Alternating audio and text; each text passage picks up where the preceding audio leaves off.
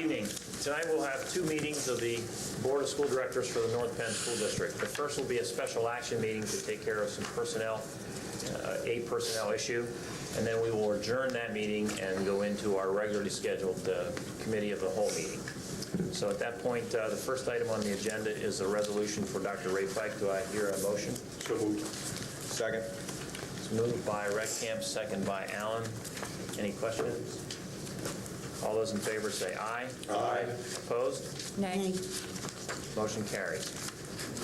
Is there a motion for approving the agreement between Dr. Ray Fike and the North Penn School District for compensation? So moved. Moved by White, second by Redcamp. All those in favor say aye. Aye. Opposed? Nay. Motion carries. Is there any other business that we need to vote on? If not, is there a move for adjournment? So moved. We're adjourned. Okay, now we'll go into the regularly scheduled committee of the whole meeting. Mr. Yeah, Bowman, just- I'm sorry. That was a special action. It's my understanding that the public can have an opportunity. No, Mrs. Krieger, and you're out of order. Please sit down. We have one action meeting a month where we solicit audience of citizen comments. That's the only one. We do not do it for special action meetings. We'll now go into the meeting of the Board of School Directors for the Committee of the Whole. Please be reminded that we are videotaping this for play on cable channel TV. We will discuss items only on the agenda, at which time, after the presentation by the school district administrators, we will have questions from the board, after which time the audience may ask questions of those specific items only. Please, when we open it up for questions on each item, if you would like to speak, please raise your hand. I will recognize you. Please come to the podium, state your name and address for the record, and then limit your comments, please, to 5 minutes. Yeah, I'm going to do that. Yeah. The first thing I'd like to do is invite and introduce Dr. Ray Fike to the audience and invite him, please, to join the meeting.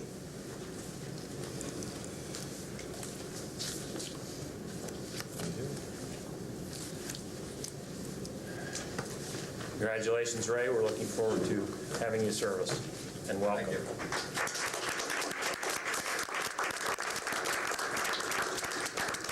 I'd also officially like to welcome Dr. Thomas Persing, who's sitting to my right, our new acting superintendent. This is his first official meeting, and many of you haven't met him yet, so please welcome him also.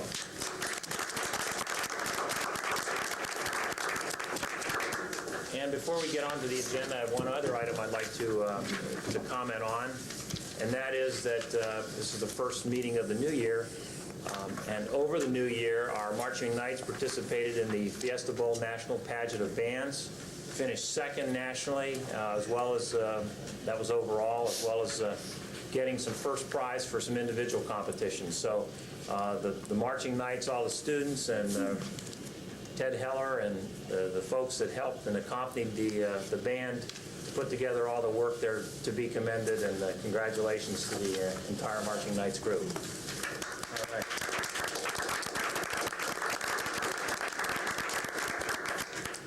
Okay, the first item on the agenda is the Pennsylvania School System Assessment.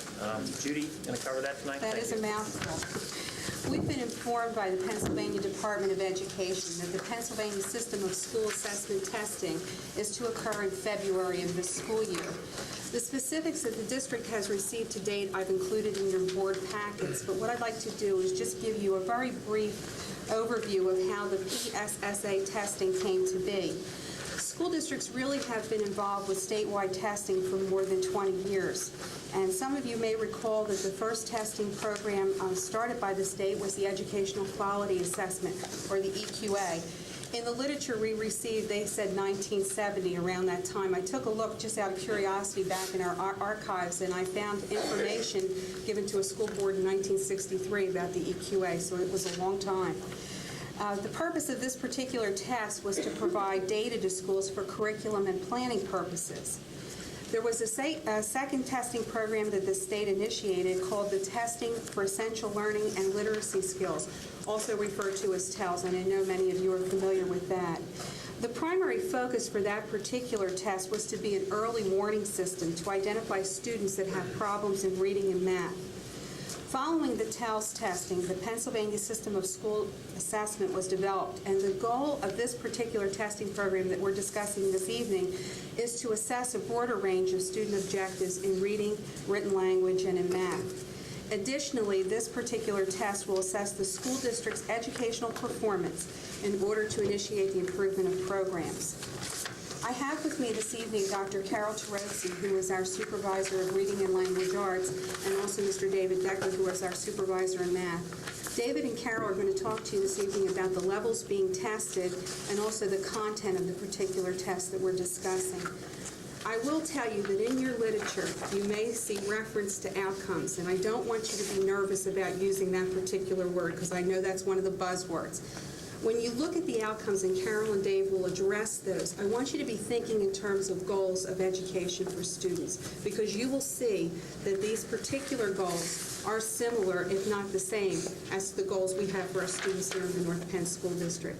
Following their presentation, I'm going to talk to you a little bit about some mechanical issues with the test and some problems that you may be concerned about. Carol? Thank you, Judy. This year, for the first time, the reading assessment is going to be administered annually to all students in grades 5, 8, and 11. Logistically, the test is divided into 3 parts. Each part is estimated to take about 50 to 60 minutes, but the test itself is untimed. The test is based upon 2 premises. The first one has to do with the definition of reading, that in reading, readers actively construct meaning, so they are asked to actively do something while they are processing their reading. The second premise upon which the test is based has to do with 3 of the learning outcomes set by the state. There are 9 communication outcomes, but there are actually 3 that are addressed in this test, and I want to read them to you. The first is that all students will read and use a variety of methods to make sense of various kinds of complex text. The second one is that all students will respond in writing to information and ideas gained by reading both narrative and informational text, and use this information and ideas to make decisions and solve problems. And the third outcome is that all students will analyze and make critical judgments about all forms of communication, separating fact from opinion, recognizing propaganda, stereotypes, statements of bias, inconsistencies, and judging the validity of evidence. Now, in order to measure these elements, what the state is going to ask our students to do is to read 3 fairly lengthy passages. Each one will be between about 1,000 and 2,500 words.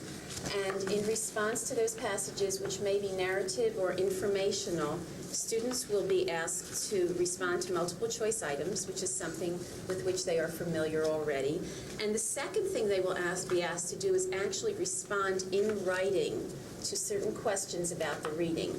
There are 2 kinds of response formats that students may be asked to do. The first is a short selection response, which is really a paragraph in nature that they will be asked to write, and they will get a score of either 2, which means they responded successfully, or a score of 1, which means they did not respond successfully. The second example of what they will be asked to do is to write a more extended response. And so our students will actually be asked to write several paragraphs in response to a question based upon the reading. They will be scored on a scale of 4 down to 1, 4 being the most successful response they could make, 1 being the least successful kind of response. I want to read you a sample of what our 5th grade students might be asked to write after reading a story. The question is, how would you finish this story? On these lines, write several paragraphs in the author's style that tell what happened to Laura over the next 3 days. Be sure to include whether she practices, her feelings before, during, and after the contest, and the results of the contest. And so what our students will need to do is to make sure that they listen very, very carefully, read very carefully what the question is, and respond very precisely to what the question is asking for. There are two other areas that students will be assessed on. One is their use of reading strategies. They'll be asked to respond yes or no. Do they preview the text before they read it, or do they stop and think about what they're reading while they're reading in order to build meaning? And the last thing they will be asked are certain questions that will help to develop their prior knowledge, which helps them to better understand the passages that they're going to read. But the heart of the assessment is actually their written responses to reading. I believe that this assessment provides a balance between what we currently do, and the current assessment that we use in reading is the Stanford Achievement Test or the Holt Book Level Test that we ask students to do, both of which ask them to fill in responses to multiple choice questions. This assessment is taking us in the direction of some more current thinking and asking them to respond in writing. I believe this assessment will provide us information about our reading program in a more balanced format. David?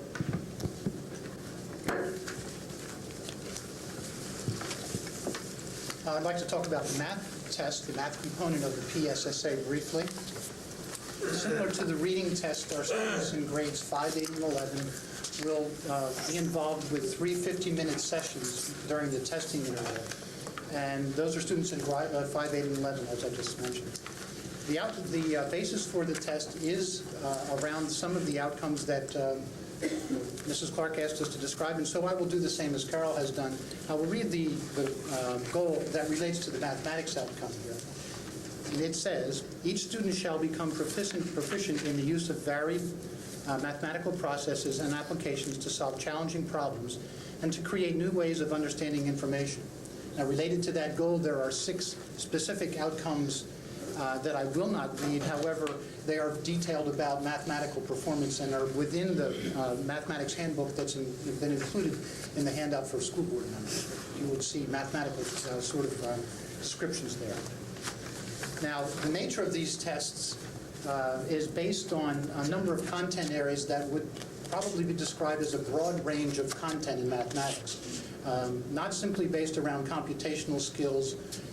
There are topics that, and I'll read the 5 topics that will be the basis for the selection of items for these tests. They could be categorized into these 5. The first is number sense, properties, and operations, and that is the category in which you would find computational operation skills. Measurement, geometry, data analysis, statistics and probability, and algebra and functions. So each one of the topics that are included for test items would fall into one of those 5 categories. Now, these tests are different in a sense as well from some of the standard tests that we use here in the school district. We also use the Stanford test within the mathematics program, and these tests have one component that makes them different than any experience that our children have had, and that is that they have an open-ended component to it. You perhaps are aware, if you have children in high school or are preparing for that experience, that the students now taking the SATs in mathematics have components of that test that are free response sort. This test is consistent with that thinking and has those sort of responses. Similar to the reading component, those are scaled on a grade of a 3-point scale or a 5-point scale, depending on the grade level involved. However, they're reviewed and then analyzed and fall into one of those categories. So the free response format is a portion of the test. That section of the test also allows students to use calculators, and those would assist in the computation. However, students are required to list the calculation that would be included there when they're completing their response. The other portion of the test are multiple choice formats, similar to the sort of questions that they're more experienced with in our school system. I'd like to read an example of one. One of the sorts of questions, now this is a question that would be given to 11th graders. Understand now this is one of a few of these sort of things. However, here's one of the examples that was included in this packet. It says, a cow is tied to the long side of a barn 10 feet from the corner. The barn measures 11 feet wide and 20 feet long. If a rope is 21 feet long, what is the total area of the space which the cow can graze? It asks students to draw a picture which includes the grazing area and to show how you arrived at your answer if you're a student.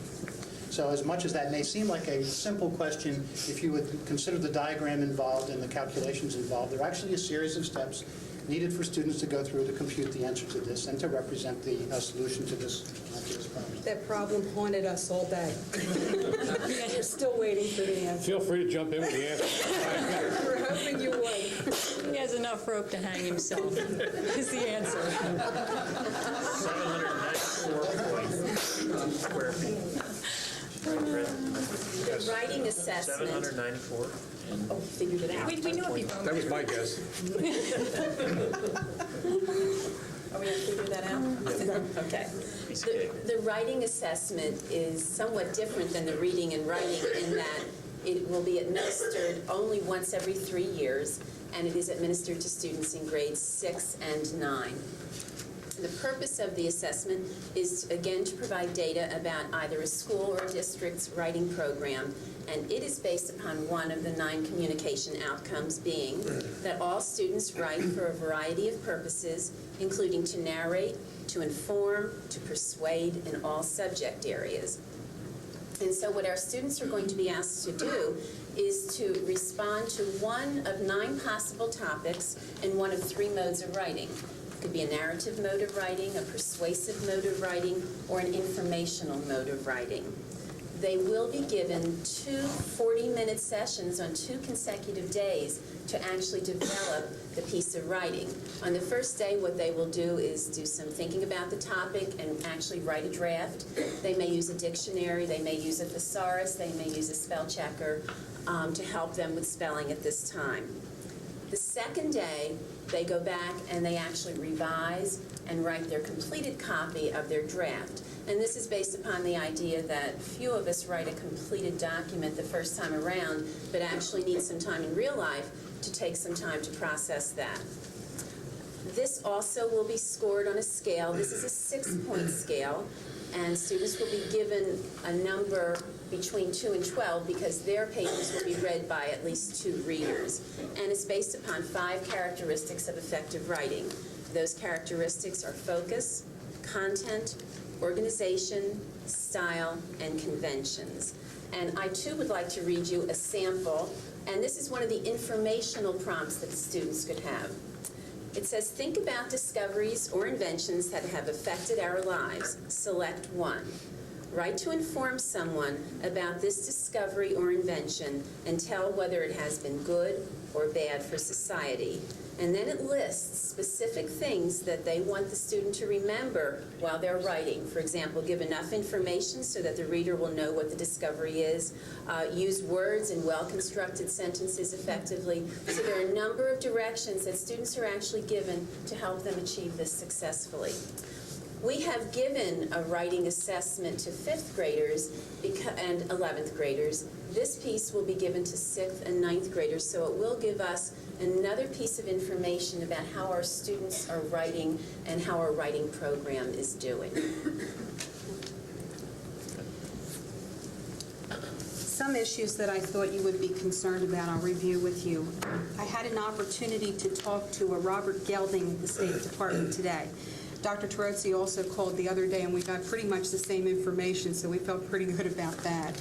Names are going to be required to be on the test this year, and that's not something they had required in the past. They will be providing for parents an individual profile of how their student performed in the test. Parents do have the opportunity to opt out of the testing if they so desire. They told us at the state that we would have a copy of the test for review by parents at least 2 weeks prior to administration. So anyone can come in and take a look at that. And again, in accordance with our own policy at North Penn, you can opt out. I asked what they were going to do with the data because that was a concern with where this data was going to go to or who was going to be looking at it. And what we were both told was they contracted with a corporation in Minneapolis called Data Recognition Corporation. And they're sending all the information there to be scored. From that point, it comes directly back to the school district, so it doesn't even go back to the state, and we will get the information. The one thing they're going to provide us that I found interesting, I want to see what it looks like, is they will be scoring us or judging us against 20 similar school districts in Pennsylvania. And how they determine the similarity is whether or not you're a suburban, urban, or rural school district, And they're also going to look at the percentage of students that we have on free and reduced lunch. And for us this year, I believe it's 9%, Bill? Okay. So that will give us a snapshot of how the district is doing. And I guess from our vantage point in looking at this, it's useful in providing us with some additional information. And if it's a method that we can look at the type of programming that we're doing for students and have an opportunity to maybe make some changes or look at that critically, I see it as a good thing. And I think that the supervisors would agree with me also that it will provide just another snapshot of how we're doing. So if you have any questions at this point, I will answer as much as I can, and we'll be providing you information as we receive it from the state. What you have is all we've received at this point in time. Judy, you said it's mandated by the state for the school to provide it, but it is not required of the students to take it. They have, parents have the opportunity to opt out if they so desire. Now, I did ask the state, Donna, if we could opt out, and they laughed a little and said, no, it's mandatory. And I said, well, what repercussions would happen to a school district that would opt out? And of course, they always talk about state subsidies, so Sure. we don't have that opportunity this year to opt out of this. it was mentioned by Carol and also yourself that parents may examine the test prior to the administration of the test. That I don't understand, because does that not poison and queer the test? If it's seen prior to being given, it's no longer sanitary. Well, we don't let them take it with them, but you will recall, even for the Stanford test, we have those available for parents to come in and preview. And we've done that because we have a lot. Do you have many people do that? Yeah, we really have, per building. Every year, we have people come in to take a look at that. And you'll recall, there was a portion in the TELS testing that I know several of you were upset about, and it was more values-laden, where they asked how many magazines you had in your home and those types of questions. This test is purely academic. It doesn't have any of that information in there. I guess I'd be concerned about skewed results and kids being given a heads up on a test that other kids don't have a heads up on, based on whether it's seen or not. Well, I don't know. This doesn't really benefit the kids. All it does is skew our data. Well, that's If what they I would was bump wondering. the kids up on those kind of questions, all that does is give them... Particularly the math, where Yeah, it's it pretty doesn't- specific as to... It doesn't count for the student at all. And But we the generally purpose is have- to find out yeah. if they're ahead or behind. we generally have a counselor, someone with the parent when they're looking at the test. We don't allow them to write down questions because we are worried about Okay, that. okay, taking anything Right. copied with, okay. Carol, did I hear you say that a portion of the reading test was untimed? Yes, that's correct. Assuming some children are done before others, they're What they how do you manage that? suggest- The suggestion is that the teacher monitor to see when the majority of the students have completed the test. Those students who require extra time, they are asked to move to another learning environment where they can continue to take the test and be monitored, but not feel pressured because Okay. they know all of the other students have completed. Okay, so it's not over, everyone close your booklet. It's not one of those tests. Okay, last question. I understand that calculators, computation instruments, and spell checkers are allowed. Students bring those, they're provided by the district. Everybody has one? Logistically, it'd be very difficult for us to supply almost 900 times 3 is 2,700 calculators. I was gonna say. We don't have anywhere near that calculator. So some children may have them and some may not. So, We would make sure that students are given the opportunity to use those, and we'll make arrangements for that, either organize the testing in such a manner that a calculator would be available for each student for that portion of the test. okay. So we could organize the testing, and that is a logistical difficulty for us, however, one. Is that portion timed, Dave, so that Each portion of the test is untimed. okay, They do a lot of what they consider to be a time in which most students will complete the test, and that's how we will organize the testing circumstance within those constraints. So we're fairly comfortable that the time they've allotted will be more than adequate for most of the students involved in the testing. so they're allowed to use these, computation devices, and they will be made available for those children that do not have them.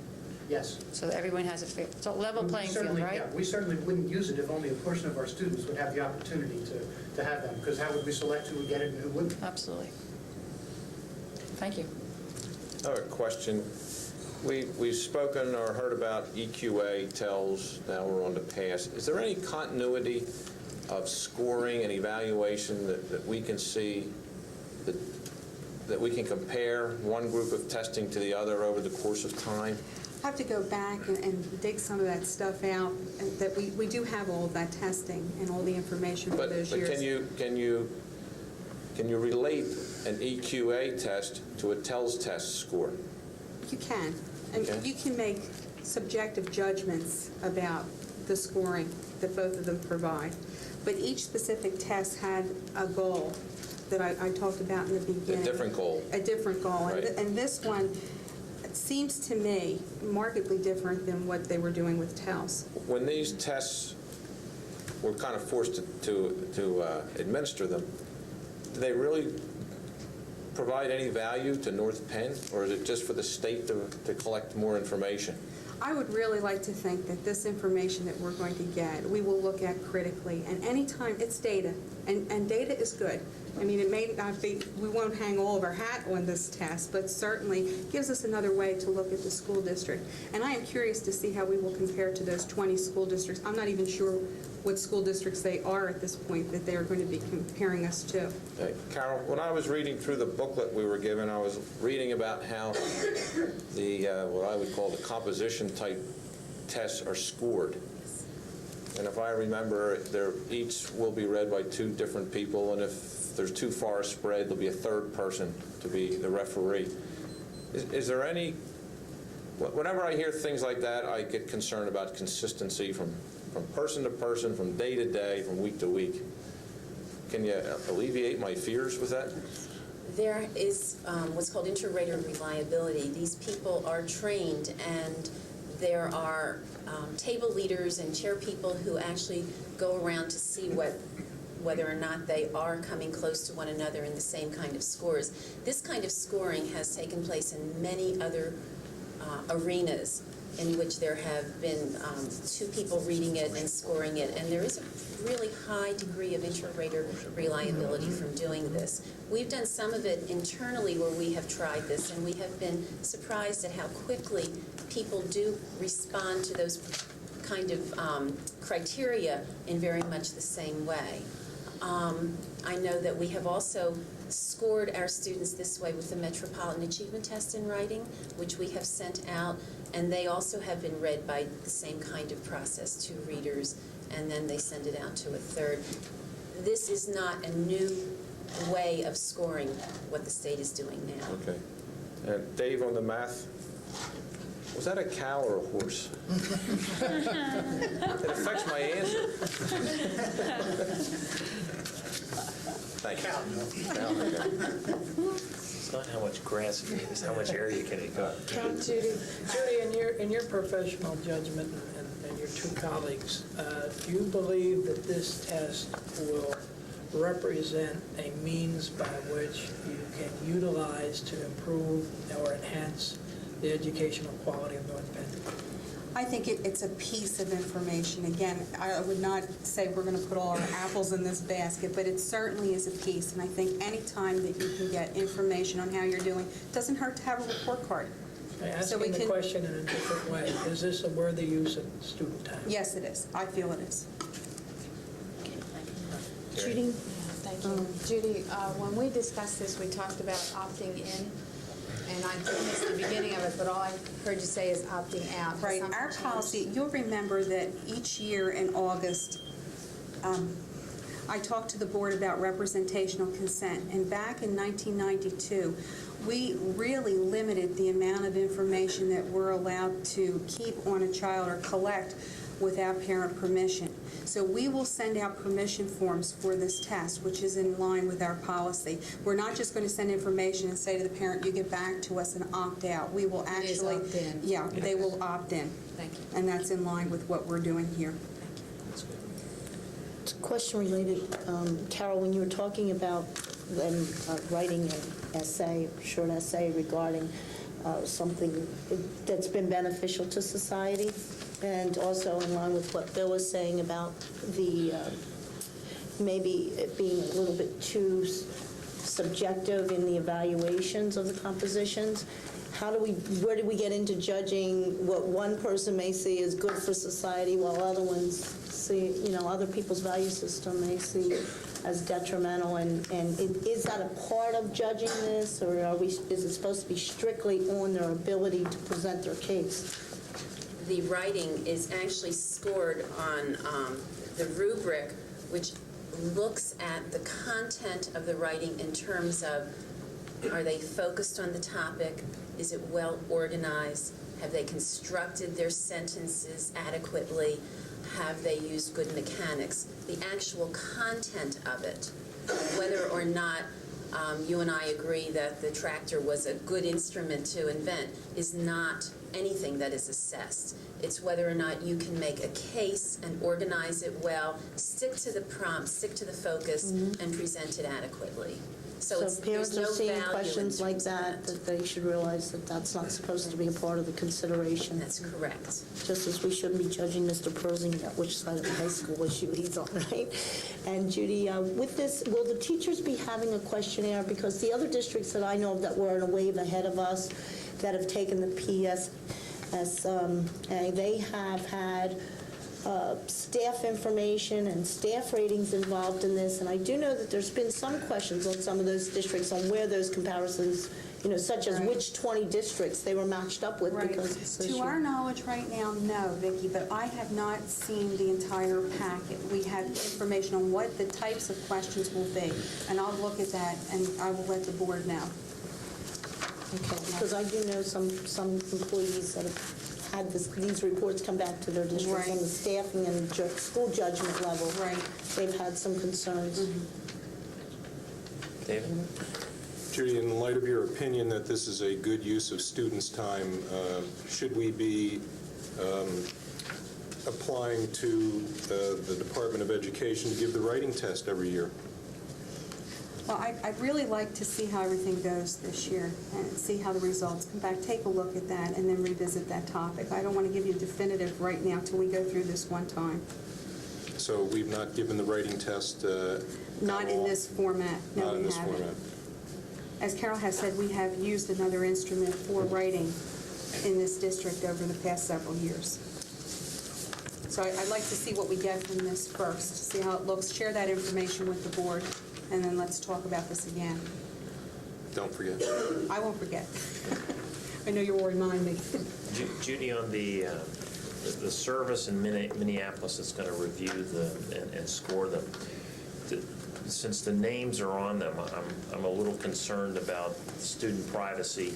Are they keeping any data, or are they merely going to collect the macro view of the school district number that got 1s, 2s, 3s, 4s? From what I understand, and again, this is what I'm getting from the state, it's just sent there, scored, and then sent out. They will not maintain any data. It comes back to the district, won't be any maintained at the state either. And that's what we've been told. Because I know there's some question about that, and I just want to make sure that the confidentiality of the testing is between the student, the school district, and their parents. Well, I explained that when I spoke with the gentleman today, and he said several other districts also shared our concerns in that area.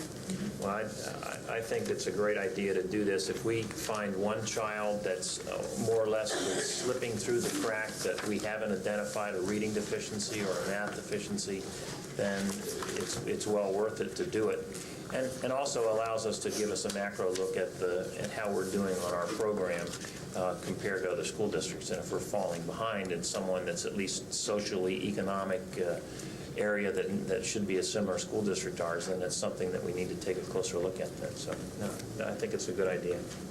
Judy, do you know if all the other districts in the area are participating also? From what I understand, it's mandatory. So Sourton, everybody is. They're going probably through the same thing? Yes, they're participating.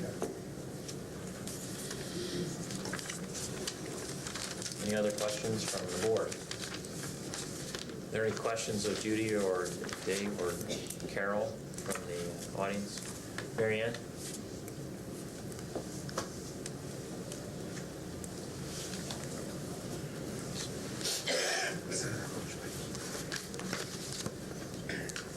Thank you, Mary Ann Stewart, after 2010. Just some clarification. My understanding is SAT, our Stanford Aptitude Test. Stanford Achievement Test. Replaced TELS. No. No. The Stanford Achievement Test is our testing program for the school district that we administer yearly. That is not mandated. It is Well, just it's not our state program. mandated. It's not state mandated. It's our program of testing, yes. But that was, we did We just went through dropped that. TELS and moved to that. Well, the state really dropped TELS, and now they've moved into this. Okay, so there was a lapse when nothing was state mandated, is what you're saying? We had about PSSA. 2 years, I was gonna say, I think 3 years. the SAT has been about 2 years that we've had that. Do you know if there's any overlap, any duplication in testing? Would you consider, maybe it's too early to tell, or would you consider not doing some of the SATs to save? We talked about that, and our testing committee really is a standing committee where we will review any information, and certainly if there are parts that can be replaced by something like this, we have to look at that critically, because we really don't want to over-test children. But again, as Carol and Dave pointed out, we're getting different information from this test than what we get from the Stanford. The Stanford is multiple choice, and this one is actually having students do more production than they do at all in the Stanford. Thanks. Thanks, Mary. Cambridge. Anyone else on the back?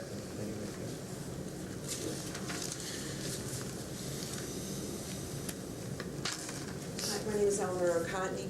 I have a question regarding the scoring of these essay questions. Again, I believe you said that they would be evaluated on a 4-point scale from the most successful to the least successful answer. Now, in the issue of the tractor and is this a good or a bad thing, I understand your explanation. In the example you gave of Laura and the test where they're asking an extremely subjective, open-ended question about a person's feelings and reactions, who or what decides what is the most successful answer? The assessment piece with the tractor is the writing assessment piece. The other piece that we're talking about is the reading assessment piece. And each level of the 4 possible levels is looked at, number one, to see whether there's an understanding of the text and whether the student is actually referring back to the text with examples of what has been read. The second level that is looked at is that of comprehension, whether the student is going beyond the literal, moving on up to another level, a higher level. And the third thing they're looking at are connections to other kinds of experiences, to other kinds of texts that they have read. Whether or not they think Laura should have done the practicing or not is not an issue. It's whether they can defend, based upon these criteria, what they are saying. The readers are trained, and last year we had 3 of our teachers go to be trained in scoring this reading, and they went through a very rigorous process of really trying to be very objective in their scoring of it, and I hope to also be trained this year in that response. Okay, so then in the end, the value, the child's values, does not affect their score from 1 to 4. That's correct. It's strictly a matter of does their writing support their theory? Exactly. Or, yes. That is my understanding, at least, of what they have told me here. Okay, yes. thank you. Any other questions from the audience? Okay, great. Thank you, Judy, Carol, Dave. Appreciate it. Move on to the next item on the agenda, which is video camera for the buses. Think if you give just a couple minutes, there's a couple of people I'd like to have join. Mayor and Chris, come up and check. Is something you said? Try hard. It's good to give you. Good job, Dave. I concur with Ray on this. Well, then I don't even have to check.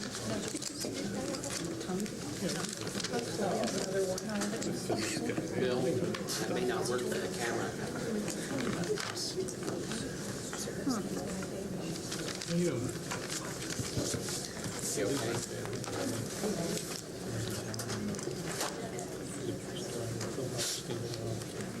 Members of the board, joining me this evening are 4 members of the Transportation Department. John Strobel, whom you all know, is our interim coordinator of transportation. Of course, Jeff Twyford, principal of Penfield Middle School. Chris Michalak, who is our lead mechanic at the Transportation Department. And Sandy Alone, who's representing the 13 drivers who had cameras installed on their buses. All the members of the board will recall that at the September board meeting, permission was granted to initiate a pilot project to install video cameras on school buses. 13 decoy boxes and 4 video cameras from 2 companies were installed at no cost to the district and have been operational since the middle of November. If you'll recall, at that time I spoke about research that had indicated that upon installation of these cameras that we could expect a significant drop in misconduct and would result in a safer environment for our students and our drivers. The intent of the pilot was to garner some factual data to support this assertion. We firmly believe that after these last 2 months of the pilot, that we can affirm that the safety of students was enhanced, that verifiable documentation was in fact supported, and allowed administrators to effectively enforce the rules while at the same time ensuring students' rights. I'm pleased to be able to report to the board that in these last couple of months that we only had 2 reported incidences of vandalism to those 13 buses.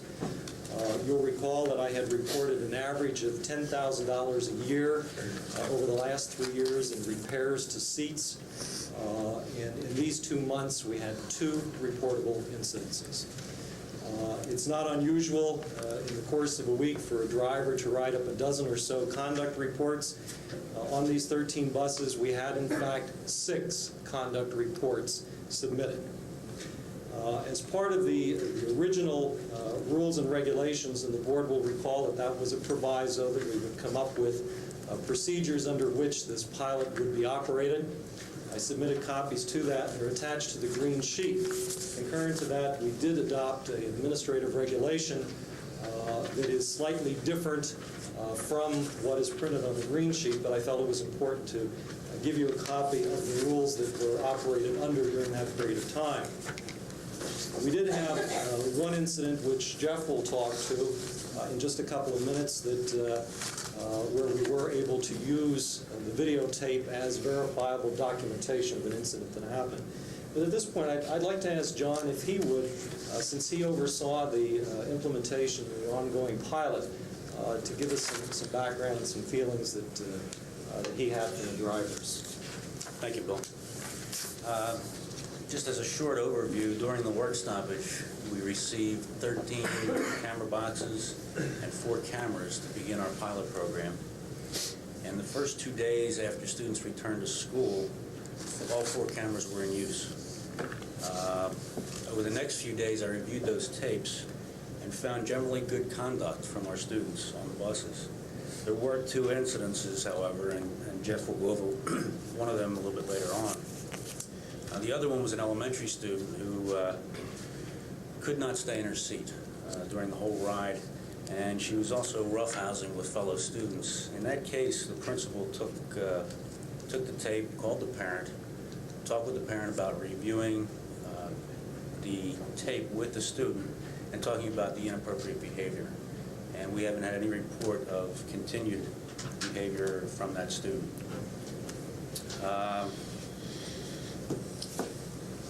After polling all of the drivers, their initial reaction to the boxes, the 13 boxes that were out there, was very positive, and they reported that the student behavior was better with the boxes on the bus than with them not on the bus. Typically, high school students are kind of mellow on the bus. They just kind of sit there and ride home. Middle school students, very, very active, very noisy. Elementary students are very noisy. In the weeks that followed, we randomly selected buses to place cameras on, and we reviewed the tapes. 2 occasions, principals or assistant principals called me and asked me to put a camera on a bus because they were having a specific problem. At Penndale, students came into school in the morning and reported that other children on the bus were smoking on the way to school. We put a camera on the bus, and we didn't observe smoking on that bus. However, we did observe the students acting out for the camera. So the assistant principal in that case took it upon herself to talk to the students about the fine acting that they did. They do know that the cameras are operable on their bus. In another case, as late as this afternoon, an elementary principal had called me and said a parent had a concern about her child being picked on the bus. And she couldn't substantiate it from any of the students. So So we put a camera on, we had absolutely nothing. Good behavior on the bus 2 times until this afternoon. I saw a tape that I'll be reviewing with that principal tomorrow. In general, our driver's attention is and should be on the road, and poor student behavior is a distraction to the driver. I'm sure each of you can imagine driving down the road in your vehicle with up to 88 school-age children. Sometimes it seemed like that. We believe that this system helps us observe and correct some of these behavior problems. And Thanks, Ken. One of the things that I would bring back to the board's attention, at the last public meeting, a member of the audience, Bob Graziano, who's here this evening, brought to our attention his concern about one category in there, number 4, the procedure, which is having the coordinator of transportation periodically review tapes randomly. And I'll talk about that in just a minute, because after we talked with Bob, Doug, and I, we felt that the issues that he was raising is a valid one, and we recommended that be modified. But under the terms of this, we did ask John to review those tapes, and as much to audit the drivers, if you will, as it was to audit the behavior of the kids. In one of those particular tapes, we had an incident that we asked Jeff to become involved in, and I'll ask Jeff if he would speak to that. It seems that the bus problems tend to be a little more prevalent at the middle level after being all day in a very structured environment. Once we let them loose, they get very active on the bus, not only loud, but they interact with each other. It has been very difficult to find out exactly who did what. And of course, the driver's main responsibility is to drive safely, keep the children safe. And they try to look in the mirror, and they're doing 2 things at the same time, and it becomes difficult. As we know, our students are very perceptive, very intelligent, and it's not hard for them to figure out in that circumstance that it's difficult for the driver to know who's doing what. And before the cameras, it was normal for us to get 1 or more bus referrals a day. And Mr. Kratz, our assistant principal, dealt with many of those. I would deal with those. Almost every morning, there were 1 or 2 or 3 drivers bringing the bus referrals into us to deal with, usually from the previous afternoon. The problem seemed to happen more on the way home. So I got a call from John one day, I think it was in early December, and he said, I want to bring a videotape over for you to watch. And we put it in my office. We didn't have any popcorn, but it was a showing. And once we turned on the video, it was very easy to see who the focus of the attention would be. There was a young lady about 3 seats from the back on the right, and you could see her watching the driver right up at the mirrors. Every time the driver was finished looking, then she would do something. She'd be out of her seat. She'd be over to another seat. She'd cross the aisle 3 or 4 times. She hit several other students. She's always looking up to see if the driver's watching or not, and then she does it. She spitted several students, so you could see it flying across the bus. There was some obscene language there. In this particular case, you didn't have to read lips because you could hear it. The microphone's on there too. But you could have read the lips also if you needed to do that. Towards the end, she went over and kissed a young man across the aisle, and it was rather evident from the expression on his face that it was not welcome. So because of this and some previous incidents on the bus with this particular young lady, it was very easy to explain to her parents why she needed a couple weeks off the bus, which is exactly what we did. When we offered the parents the opportunity to see the tape, they declined. They'd rather not after we described the behavior. But it's very easy for students to understand that they're going to be watched. We have the tools, the technology to supervise them more closely. And if I were a bus driver, I would feel much better about the job I could do in terms of keeping the students safe and supervised at the same time. So we found it very, very helpful. Thank you, Jim. Back in September, I noted for the board two board policies that are already on the books. One which says the driver of a school bus shares in a major way the responsibility for safely transporting students to and from their schools. It's the driver's judgment, attentiveness, and reliability are vital to the success of the transportation program. And in another board policy, it's noted that bus safety involves the maintenance of safe equipment, the safe operation of that equipment, the safe conduct of students on the buses, and the safe loading and unloading of buses. Every effort is to be made to assure bus safety within the reasonable limits of prudent management. And I think, over and over again, we hear the same theme, that being of safety, ensuring safe environment to our students. John made note of, these buses weigh upward of 28,000 pounds. The driver is doing his or her best to maneuver that down crowded roads with up to 80 students screaming in the back seat. It's incumbent upon them and incumbent upon us to create as safe an environment as possible. This is not in any way, shape, or form, in our opinion, and I'm sure yours, meant to supplant the policies that are in place or to take the place of the responsibility of officials. Quite the contrary, we really see this as a tool to allow us to provide a safer environment. I think we have to be very cognizant of concerns about rights. Bob's issues were very valid. When I made the initial presentation, I made it quite clear this was not a thing that I felt comfortable doing. I felt I had to do it, and that is making that recommendation.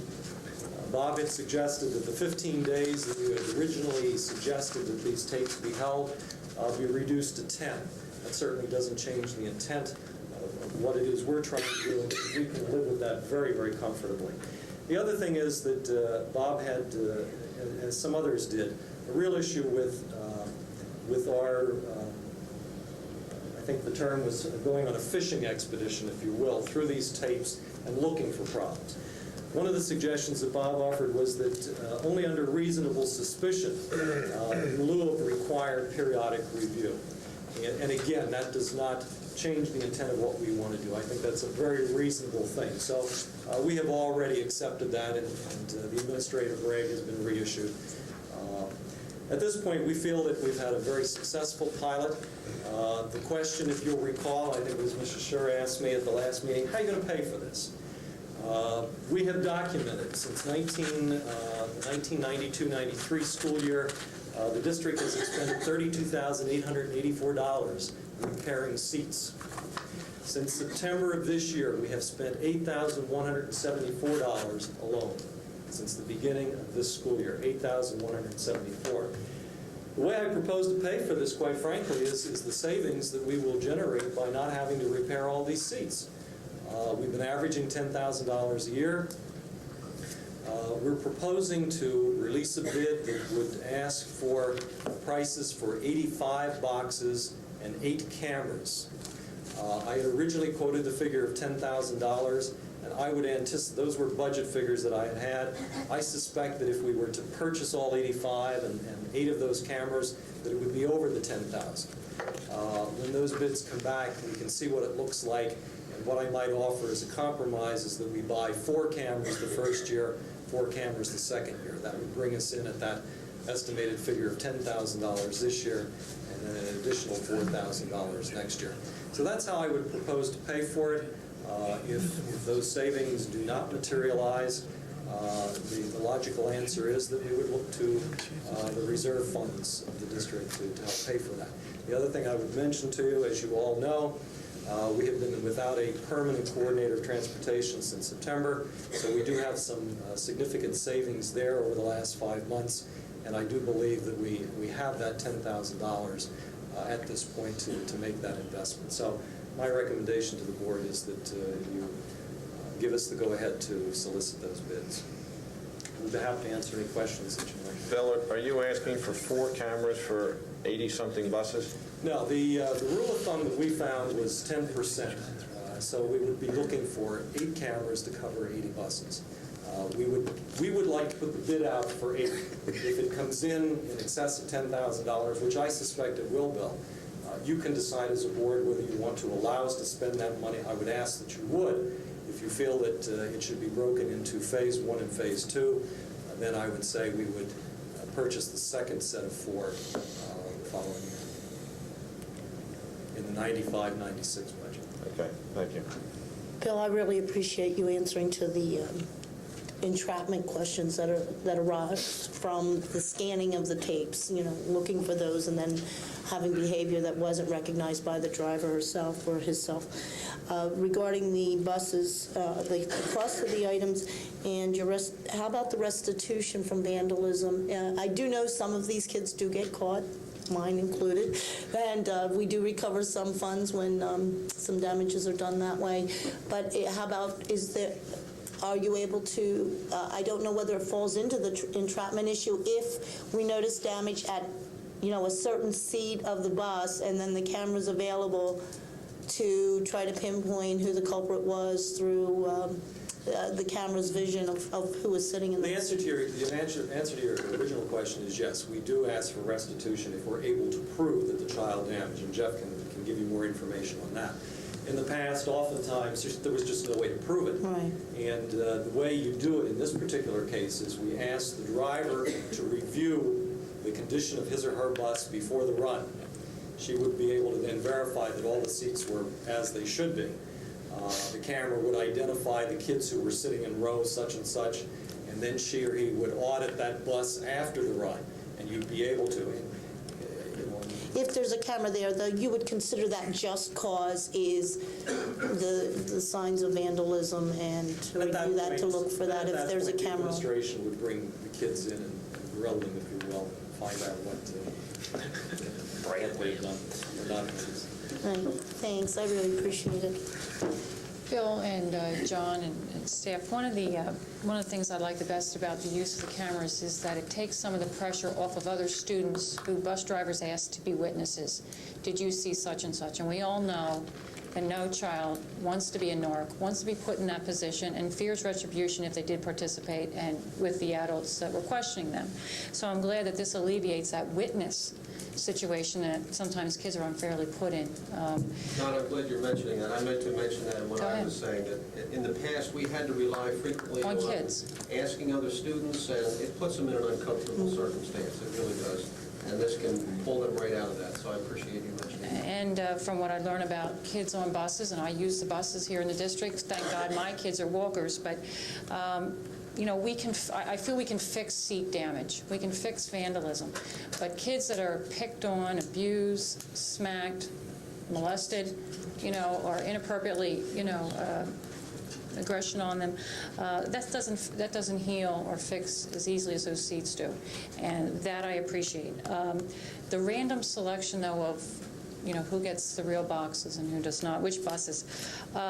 We all know that certain buses have a reputation. Years ago it was Bus 8. That was a party bus. Everybody knew it. That bus was trouble. Your bus? Were you on Bus 8?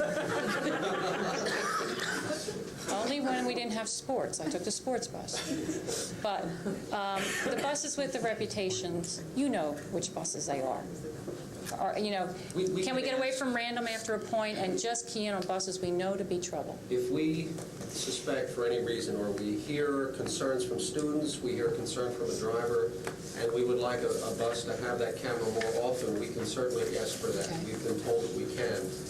One of the reasons that the camera was on the bus that John pointed out to me was because we knew there were some things happening on that bus. We just couldn't pin it down to who, and now we know why. She was very sneaky about it. Right.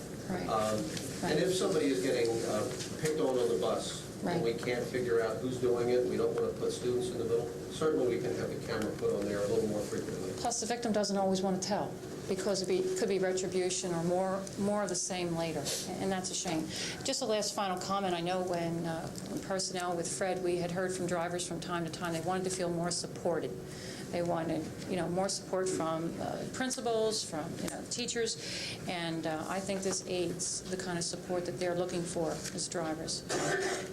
It's more than just the words of the kids. I mean, there's some.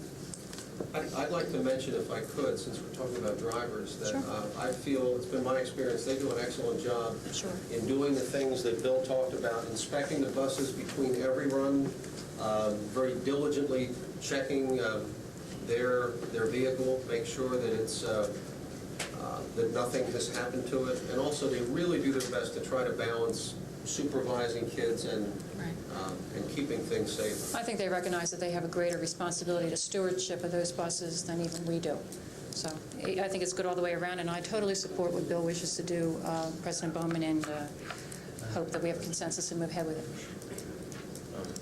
Bill, I think it's incumbent on us, too, to, as you pointed out, to maintain the safety. And I'm a little concerned that you're using a $10,000 figure to put a level on the number of cameras that we would actually have. I think the bid ought to go out and ask for 8. It ought to ask for an incremental above 8 or below 8, so that we can then decide on what the cost is. I mean, how do you put a cost on one child disrupting a bus driver who takes his eye off the road for 1 second because of it, causes an accident, and hurts kids?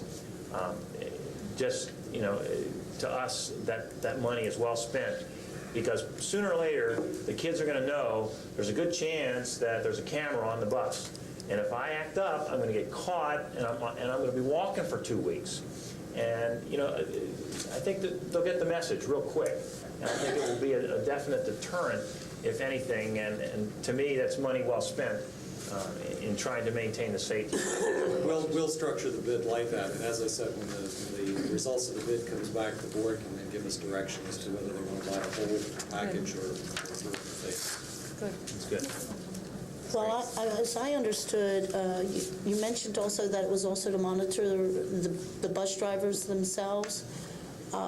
Earlier, you had said at the previous report that the drivers would be aware of whether they had a live camera or a fake camera. Which way did we operate this? By notifying the driver in advance or not? Throughout the pilot, the driver was aware there was a camera on the bus.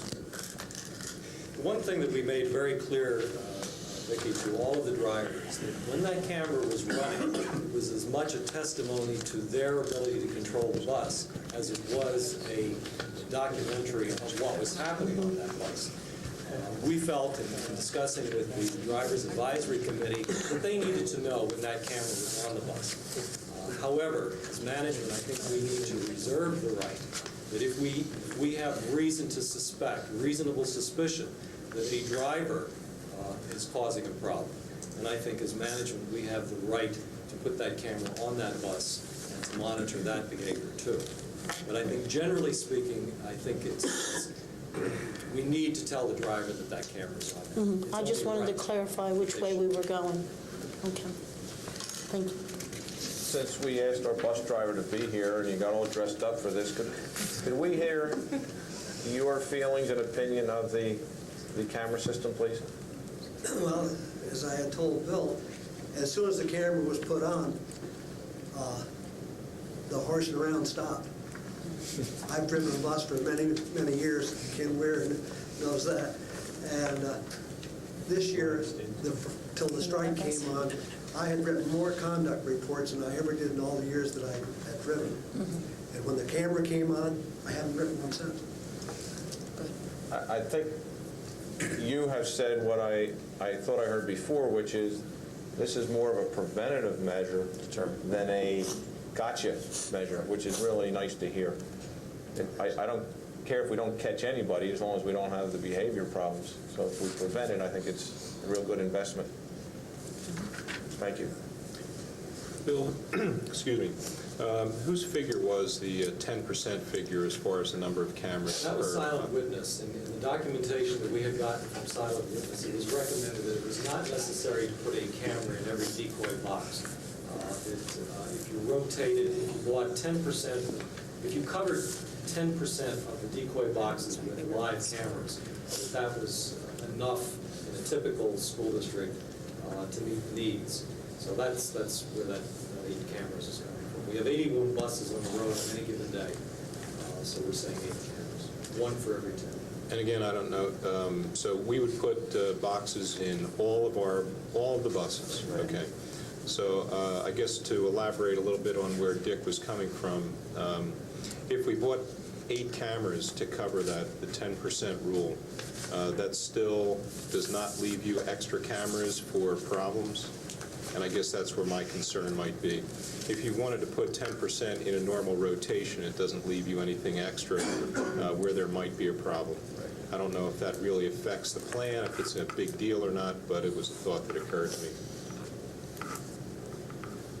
That's what I was kind of getting to. If you're going to run the rotational system, and like Mrs. Mangle pointed out, there are buses that are going to be prone to problems consistently that we can then focus on them and leave a camera on that bus for that period of time until we get the bus straightened out.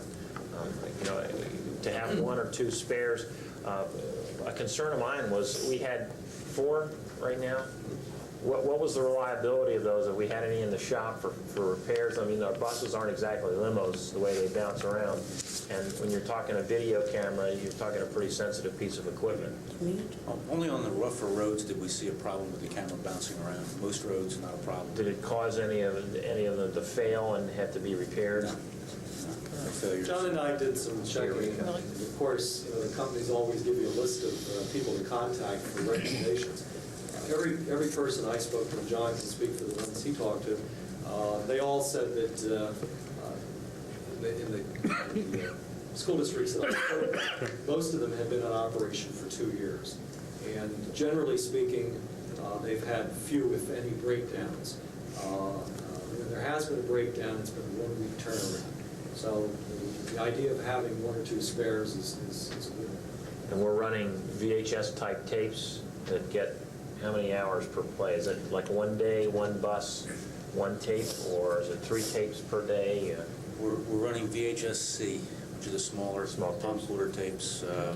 On the slow speed, they run about 1.5 hours, which is just about enough to get 3 runs in. So the morning, and then they're changed out? They're changed out for the afternoon. Great. Any other questions from the board? Any questions from the audience on the video? Bob? Bob Graziano from Tomans. I just want to confirm everything that Mr. Hartenstein said about addressing my concerns. After the last meeting, we spoke, and we spoke subsequently a couple of times after that, and he asked my recommendation as to how the administrative regulation might change, and I gave him my recommendation, which he incorporated into the regulations. I have one question about the cost. There was a newspaper article in the Reporter talking about the cameras, and they mentioned $10,000 for the cameras and then $10,000 or so for the black boxes. Is that an accurate statement? The most accurate information we have is that for budget purpose, now when the bids come back, we'll see, but for budget purposes, it's recommended that we budget $90 per decoy box and $950 per camera. We had originally talked about not putting them on our spare buses, but Chris pointed out to me that those spare buses are often called into service. And it was his recommendation that we put them on not only the live buses, but also the spares. We have that little bit of flexibility, too, if we want to do that. So if you take all of the buses, including the spares, plus the cameras, we're probably looking closer to $15,000, Bob. If you use the budget figure that the companies suggest, I would hope that when the actual bids come in, it will come in closer to $12,000, and that the board will feel comfortable in allowing us to make that expenditure. But that was the figure that appeared in the paper, something closer to $15,000. As you know, at the last meeting, I compared our regulation with Norristown's, and after seeing the changes put in that I suggested, which were basically put in almost verbatim, I'm very comfortable now with what we have. And the combination of that and the testimony of these gentlemen tonight, I'm a very big supporter of this program. Great. Thanks. Thanks, Bob. Any other questions from the audience? Ms. Mann?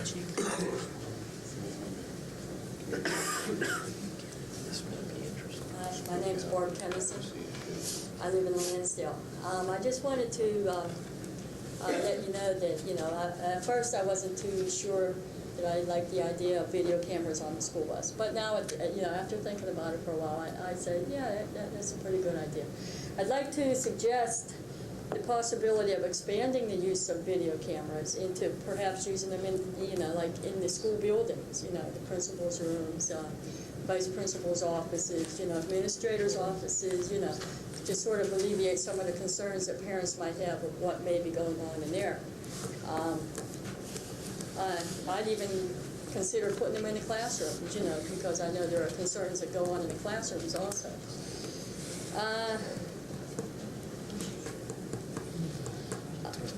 And it would go along the same lines that you guys have been speaking about, entrapment.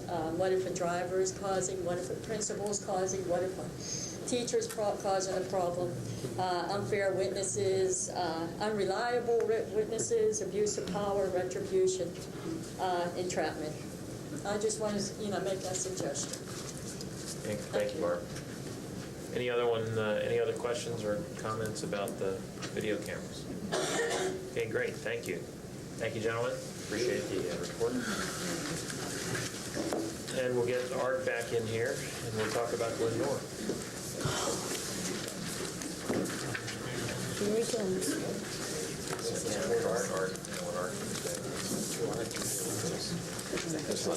Just another hint.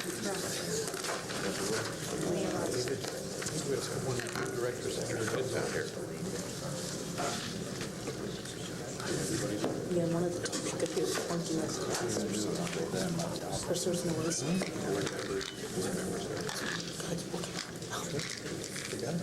don't think this will be a long one. It's the last item, isn't it? Okay, Mr. Wood. Thank you, Mr. Bowman. I've included on a green sheet some background about a situation that exists at Gwyn Nor that many of my colleagues are aware of. It's been an ongoing situation, and we really had a very strong recommendation from our traffic safety officer, Officer Tresman, and at that point we began meeting with parent groups because of the concerns that they had, and ultimately our township commissioners had an opportunity to see the situation that exists at Gwyn Nor, and that is why I bring to you tonight a recommendation. Make it very clear that we have no money budgeted in a bond issue, and of course there's no money in the current budget year, the current budget for this project. I have been asked, I had an opportunity to discuss this prior to Mr. Clemens not being my liaison person, going back a number of months, and he visited the site with me. I've had an opportunity to take Mr. Allen to the site since this proposal was recommended or brought forth, and they fully understand what we're recommending. The question typically is, and I will probably put myself out on a limb again, but we usually get pretty lucky with our estimates. People have asked, what do I think the cost will be? I did a takeoff based on standard procedures as they relate to the concrete work that has to be done and the stormwater work, which is very minimal. It's just raising. And you can see if you look at the plan, there is an existing stormwater system that runs. If you look at not the existing plan, but the proposed plan, you can see that there is a 15-inch stormwater pipe running down through that area that would have to be raised. So taking everything into consideration, the paving, and what would have to be done, I have an estimate of about $75,000, and I had other people look at it, and the estimate I got from a contractor that's currently doing work for us at the junior high and also did Allentown Road and Walton Farm of $70,000 to $80,000 to complete the work. So my comfort level at this moment is $75,000. My concern about bringing it to you, I assured parents over the last couple of years that once we had a solution, we would certainly bring it to the board and it would be a board decision. My other concern is that when we begin a project like this and we would commence work on or about July 1, unfortunately, in January and February, we have to be doing that planning because of the time involved in developing the drawings, putting together bid specifications, and bidding the project. I would say to you, if we would include it in a budget proposal for next year's budget, and we would go to bid and have the number, we could certainly hold the award, although I wouldn't want to hold it much beyond May so that the contractor could schedule their work as it relates to doing this project. But we could, if it became a budgetary problem, it could be withdrawn at that point or put off until a later time, because we would have our drawings and our bid specifications. The investment at that point, of course, would be the engineering fees. You have questions regarding the work? Art, do you have to go to Upper Gwinnett Township's Planning Commission, or do you have any No, I would municipal- certainly, before, if you would give me the nod to begin quoting engineering costs, I would go back to the township and reconfirm in writing their honored word that since this is such a problem, our concern, and we've talked about it for a number of years, about changing the traffic pattern at Glenora, but it was always the fact that we were going to be into a full-blown land development plan, which would involve considerable storm water runoff, the development of a retention basin, and so forth. We did, and some of you had an opportunity to see it, and we did it basically with our people and Bob Culp doing the paving. We did widen the driveway this fall, and we now have a left-hand turn lane and a right-hand turn lane coming out. We put in new sidewalk, and that's been a considerable improvement. That was done without a permit, and that was done without any other changes as it relates to doing off-site or on-site stormwater or other improvements. And I would approach this with the understanding that we have those conditions met on behalf of the township. And I have verbal agreement at this moment that could happen. So you're going about it, it's correctional as opposed to land development? It is correctional, but anytime you add impervious surface, Right. people look to have a full land development plan. Right. And we're most appreciative, as are the parents, that we could do this for the safety of youngsters, because one of the things we're showing, if you look at my proposed plan, and I realize it's to a small scale, but since we now have that stormwater and there are 3 inlets, if you see them, TG 99, TG 100.25, and TG 0.5, they're in the grass area now. So what we're doing, if you look at this solid concrete island, you will see that I have curb depressions for drainage. Right.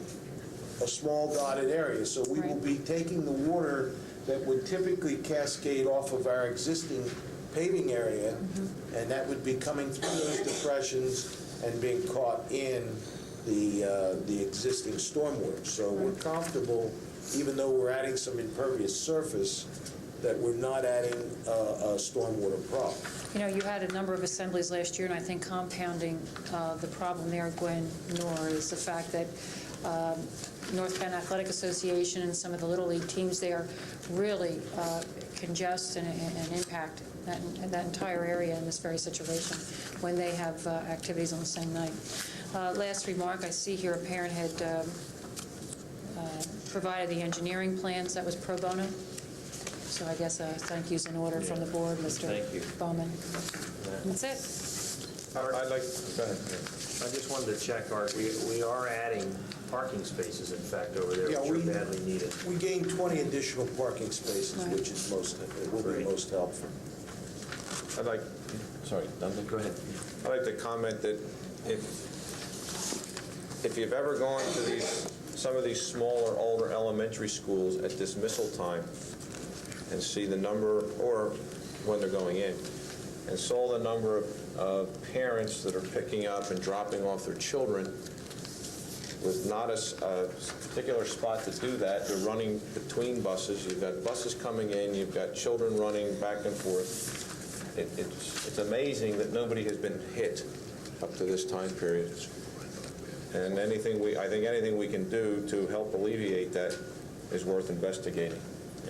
I think it looks like a very creative way of resolving the problem, and it just amazes me. You believe it would be able to be accomplished about $75,000? Art, is that correct? Yeah, I'm It's just comfortable. quite a change here. I'm comfortable with that number. It's, it's when you begin doing things downstream, if you will, and you have to get into more stormwater. I mean, it's just coincidental that we have that stormwater system in the area where we're going to put the bituminous paving. I mean, that's just a treat, because we all know that the real costs come with stormwater work because of the depth of the pipe that has to be put in. And we typically bid unclassified, and we always hit rock in the North Penn School District. So we're out of that, and that's going to be most helpful in this project. Art, not that there's any savings to be had in a $75,000 project, but have you estimated what the additional cost would have been if Upper Gwinnett would have required us to go into the land management? Well, we know that we do have water coming off of the farm above us, behind the building, that does cascade down across our property. And we know that if we had to go to a retention basin, number one, we're going to lose some very, very valuable playing fields or play area. And number two, the cost, I would think the project would probably approach $225,000 if we had to get into that phase of it. So that in itself could be a gauge of the degree of the safety problem that Upper Gwinnett might even see there to allow us to do that project? Yeah, I think once you see it firsthand, I mean, they recognize, we have another unique situation, and I don't show the building other than to write the word building or print the word building on the drawing, but that is our receiving area for this school. Now, fortunately, we try to bring our provisions in the morning prior to the arrival of kids. But if you look at the existing situation, what you're looking at a dumpster out in front of that building because we have no other place to put it.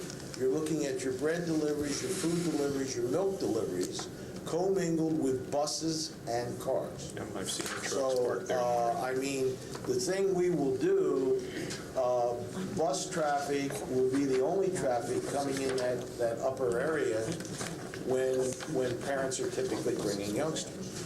So we just think separating that and not commingling all those vehicles. The other thing that is happening, and we have, as you know, at Montgomery and in all of our new projects, including Penndale, we're doing individual parent drop-off areas, and the success rate with that and the safety factor is outstanding. We have it at Montgomery, we have it at Gwinnett Square, we have it at Walton Farm, we have it at Bridle Path, we have it at Penn Field, and now we have it at Penndale. And as we try to correct some of those problems, we're just seeing a much safer situation. Thank you. Any other board questions? Any questions from the audience? Sharice? The only question that I... State your name, please. Oh, Sharice Krieger from Montgomery Township. The only question I have, Art, is the placement of the bike rack.